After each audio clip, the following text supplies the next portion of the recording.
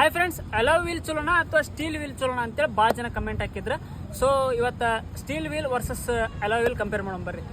First steel wheel ಬಗ್ಗೆ ಮಾತಾಡಿದ್ರೆ ಇವು ಜಾಸ್ತಿ ವ್ಯಾಲ್ಯೂ ಫಾರ್ ಮನಿ ಇರ್ತಾವೆ ಆ್ಯಂಡ್ ಅಪ್ಪಿ ತಪ್ಪಿ ದಡ್ಕಿಗೆ ಬಿತ್ತಂದ್ರೆ ಬೆಂಡ್ ಹಾಕವು, ನೀವು ಈಸಿಲಿ ರಿಪೇರ್ನ ಆಗ್ತಾವೆ, ಕಮ್ಮಿ ರೇಟ್ನಾಗ ಸಿಗ್ತಾವೆ. ಆ್ಯಂಡ್ ಅಲೋ ವೀಲ್ ಬಗ್ಗೆ ಮಾತಾಡಿದ್ರೆ ನೋಡೋಕೆ ಸ್ಟೈಲಿಶ್ ಇರ್ತಾವೆ, ಗುಡ್ ಲುಕಿಂಗ್ ಇರ್ತಾವೆ, ಲೈಟ್ ವೇಟ್ ಇರ್ತಾವೆ, ಮೋರ್ ಮೈಲೇಜ್ ಅಂದ್ರೆ ಅರ್ಧ ಅದನ್ನ 1 ಕಿಲೋಮೀಟರ್ ಮಟ್ಟ ನಿಮ್ಮ ಮೈಲೇಜ್ ಇಂಪ್ರೂವ್ಮೆಂಟ್ ಸಿಗ್ತೈತಿ ಸ್ಟೀಲ್ ವೀಲ್ ಕಂಪೇರ್ ಮಾಡಿದ್ರೆ ಅಲೋ ವೀಲ್ದಾಗ.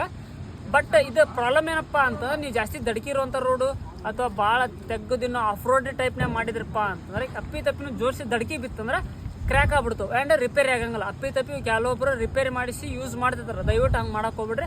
ಇದು ಒಂದ್ಸಲ ಕ್ರ್ಯಾಕ್ ಆಗುತ್ತೆ, ಯಾವಾಗ ಕ್ರ್ಯಾಕ್ ಬಿಡುತ್ತೆ ವಾಪಸ್ ಗೊತ್ತಿರಂಗಿಲ್ಲ. ಹೈವೇದಾಗ ಏನಾರ ಪ್ರಾಬ್ಲಮ್ ಆತ ಸುಮ್ಮನೆ ಜೀವ ಹಾನಿ ಆಗುತ್ತೆ. ಹಿಂಗಾಗಿ ಕ್ರ್ಯಾಕ್ ಆತ ಸುಮ್ಮನೆ ಹೊಸದು ಹಾಕಿಸ್ರಿ. ಅದು ಹೊಸದು ಹಾಕಿಸ್ಕೊಂಡು ಭಾಳ ಪ್ರಾಬ್ಲಮ್ ಏನಪ್ಪ ಅಂತ ಸಿಂಗಲ್ ಪೀಸು ಸಿಗೋದು ಡೌಟ್. ಸಿಕ್ಕರು ಸ್ವಲ್ಪ ಶೇಪ್ ಚೇಂಜ್ ಇರ್ತದೆ, ಇಲ್ಲ ಡಿಸೈನ್ ಚೇಂಜ್ ಇರ್ತಾವೆ. ತೊಗೊಂಡ್ರೆ 4 ತಗೋರಿ ಅಂತ ಹೇಳ್ತಾರೆ ಅಂಗಡಿಯವರು.